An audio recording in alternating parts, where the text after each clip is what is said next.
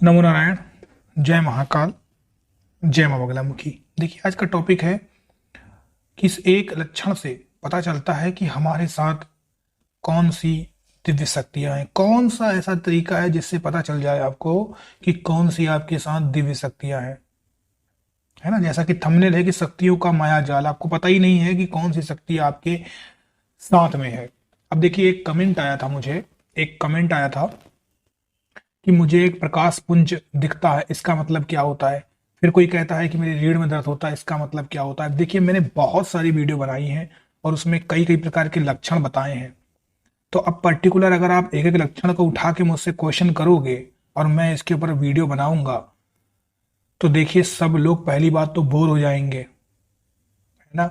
सब बोर हो जाएंगे। और पर्टिकुलर ऐसे टॉपिक पे अगर बनाऊंगा तो एक सिर्फ चीज के पीछे वीडियो बनाना अच्छी बात नहीं होती है ना। आ, आपका समय बर्बाद करूं और उससे आपको कुछ ज्ञान प्राप्त ना हो तो बेकार है। मैं कोशिश ये करता हूं कवर कर दूं उस सब चीजों को एक साथ। तो जितनी भी चीजें आपको दिखती है ये सब लक्षण होते हैं। एक बात जान लीजिए, इसके पीछे मत भागिए कि ये क्यों होता है, क्यों हो रहा है, ऐसे क्यों के पीछे मत भागिए, वरना आप यहीं अटके रह जाएंगे। ठीक है। तो जो भी इंसान शक्ति के सपने में दर्शन नहीं कर पा रहा है, या आपके आज्ञा चक्र जो है, आपका थर्ड आई है, वहां पर भी कोई जोर नहीं हो रहा, कोई आकृति नहीं बन रही है, लेकिन जब आप आंख बंद करते हैं तो आपको सिर्फ काला घेरा दिखता है या फिर सफेद घेरा दिखता है। लेकिन यहां पर एक बात आती है कि अगर आपको सामने से कोई प्रकाश पुंज आता दिखाई देता है, और कभी कभी सफेद होता है और कभी कभी अलग अलग कलर का होता है, तो इसका मतलब क्या है कि आप सही से फोकस नहीं कर पा रहे हैं। सही से फोकस नहीं कर पा रहे हैं, यानी वो आकृति आपको दिख नहीं रही है। तो आप सही से पूजा पाठ करिए और आप अपने आप से आत्मचिंतन करिए कि मुझसे कहाँ गलती हो रही है, और हृदय से मन से भगवान को याद करिए और भगवान को अपना माता पिता मान लीजिए, तो वो भी आपको अपना बेटा मान लेंगे और आपकी जिंदगी में ऐसी फिर कोई समस्या नहीं आएगी। ठीक है। तो ये बात मैं आपको इस माध्यम से बताना चाह रहा था कि ऐसा होता है। ठीक है, प्रकाश पुंज का यही मतलब होता है। अब बढ़ते हैं कि कौन सी शक्ति हमारे साथ है। देखिए, जब भी हमारी आत्मा इस धरती पर आती है, उतरती है, तो वो पहले से ही कंफर्म हो जाता है कि कौन शक्ति वहां उसकी रक्षा करेगी, क्योंकि आत्मा क्या होती है, पुण्य होती है ना। आत्मा पुण्य होती है। अब वो किस शरीर के अंदर जाएगी ये पता नहीं है, तो उसे एक शरीर मिलता है जहां पे कुछ उसके दोस्त भी बनते हैं, एक परिवार मिलता है, एक गुरु भी मिलता है।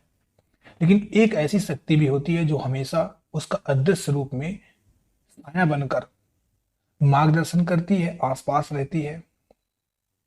इसी को हम दैवी शक्ति बोलते हैं, और कई कई जगह में फरिश्ता बोलते हैं, कोई परी बोलता है, जो आप समझ लो, कुछ एंजल भी बोल देते हैं।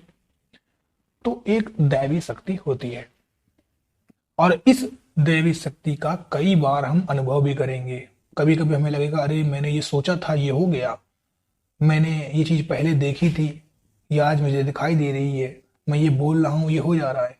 ऐसे एक्सपीरियंस आपको जिंदगी में मिलेंगे।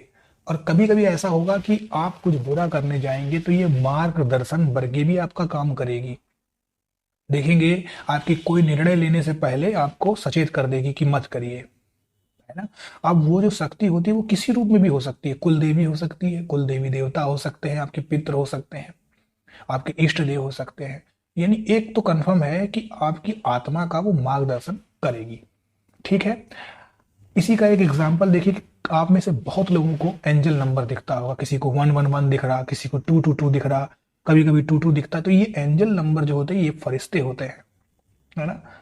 फरिश्ते बोलते हैं इन्हें, इंग्लिश में इन्हें एंजल्स बोलते हैं, दूत बोलते हैं, एक तरीके से देवदूत। तो ये आपकी रक्षा करते हैं, है ना। हर राशि का भी एक एंजल्स होता है। ठीक है। तो ये गुप्त तरीके से आपकी सहायता भी करते हैं, आपको हर प्रकार के कष्टों से बचाते हैं।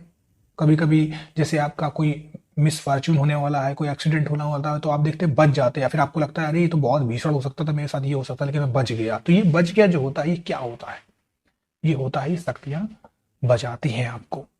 और इन्हीं शक्तियों को जब आगे बढ़ा के आप करते जाते हैं, आपको प्रेरित करती हैं साधना के मार्ग में, स्पिरिचुअल मार्ग में, तब आपको शक्तियां भी मिलती जाती हैं। इसी से आप मार्ग में आगे बढ़ते हैं। तो ये भी कुंडली में लिखा रहता है कि आप किस मार्ग में चले और कौन सी शक्तियां आपको मिलेगी और कितना लंबा आप जाएंगे। क्या आपको तंत्र में जाना चाहिए, आपको वैदिक में जाना चाहिए, ये भी डिसाइड कर लेती है शक्तियां, है ना। आप अच्छे मार्ग में जाएंगे, बुरे बनेंगे, आप चोर बनेंगे कि आप पुलिस बनेंगे, है ना।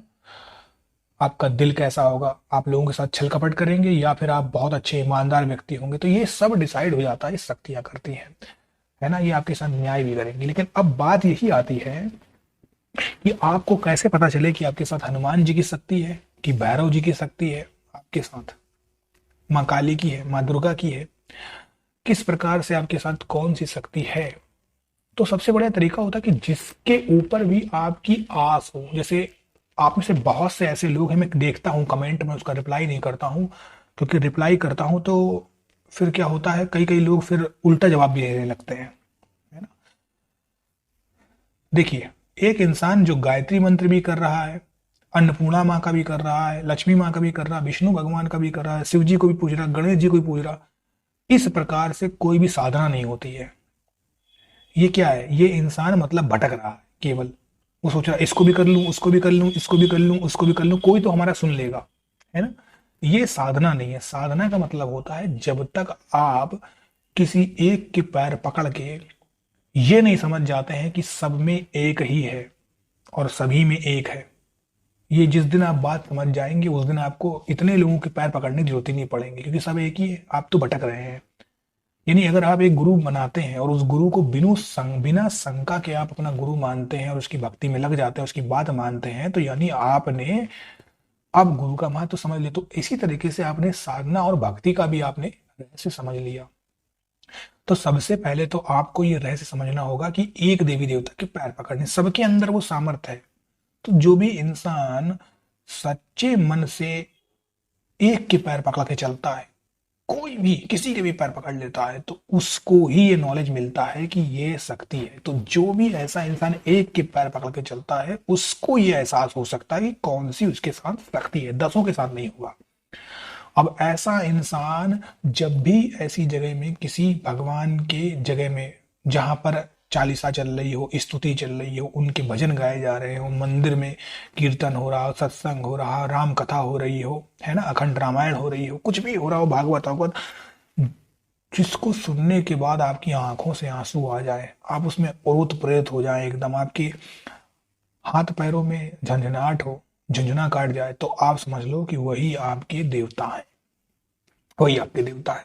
लेकिन अब इसको प्राप्त करने का, कि वह कंफर्म करने का कि वाकई में वही देवता है, तो इसका एक तरीका होता है कि आप देखिए, शुद्ध जल लीजिए, है ना, शुद्ध जल लीजिए और गंगा जल लीजिए और उसमें हल्दी, कुमकुम, कुमकुम जिसे रोली बोलते हैं, साबुत चावल और 1 रुपए का सिक्का, इस सबको लोटे में रख लीजिए, है ना, लोटे में रख लीजिए। और जब आप रात को सोते समय जाते हैं तो आपको क्या करना है, उस शक्ति का आह्वान करना है कि हे प्रभु, मेरा नाम ये है, मेरे पिता का नाम ये, मेरा गोत्र यो है, और आप अगर मेरी कुल देवी है और मेरी आप पितृदेव है, मेरे साथ आप अदृश्य शक्ति हैं, कोई भी एक शक्ति है, तो कृपया करके मुझे अपना दर्शन दीजिए, जिससे मैं आपको देख सकूं कि क्या आप वही हैं और मैं आपकी शरण में आ सकूं और आपकी अच्छे प्रकार से भक्ति कर सकूं, है ना। मैं आपके तत्व को अपनाना चाहता हूँ, मैं आपकी शरण में आना चाहता हूँ, मैं आपका दास और सेवक हूँ, ऐसा कहना है आपको। और उस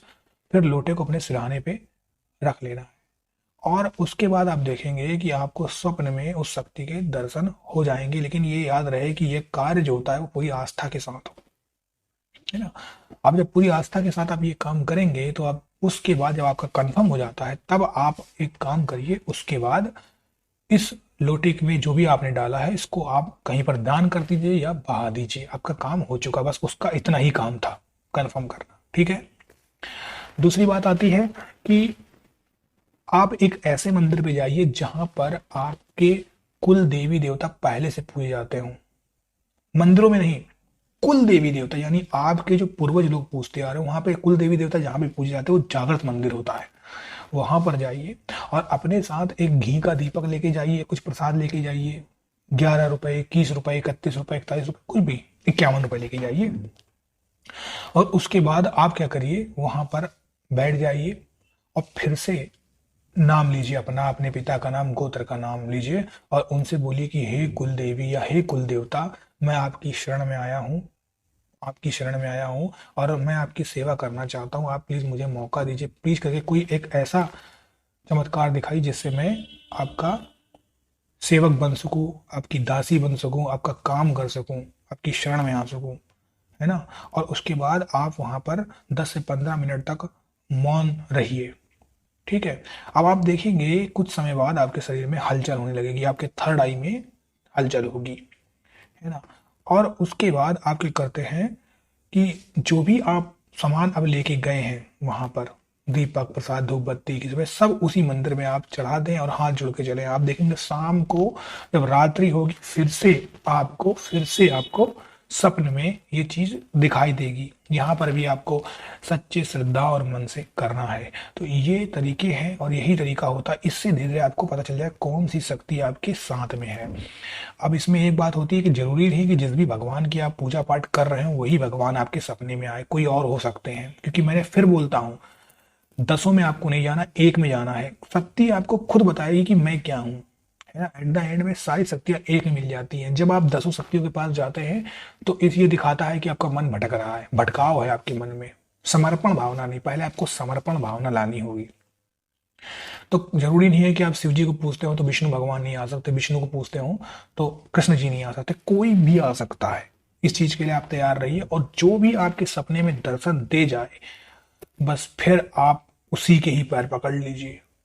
कंफर्म हो गया, वही आपके इष्ट है। बस आपकी बेड़ा और नैया आपकी पार लग जाएगी। यही सबसे सटीक तरीका है जिससे आप पता लगा सकते हैं कि यह शक्ति आपके साथ में है। सो आई होप, आशा करता हूँ आपको मेरा आज का ये वीडियो पसंद आया है। अगर पसंद आता है तो इसे लाइक और शेयर करें। अगले वीडियो में आपसे मुलाकात होगी। हर हर महादेव, नमो नारायण, जय महाकाल, जय मंगला मुखी।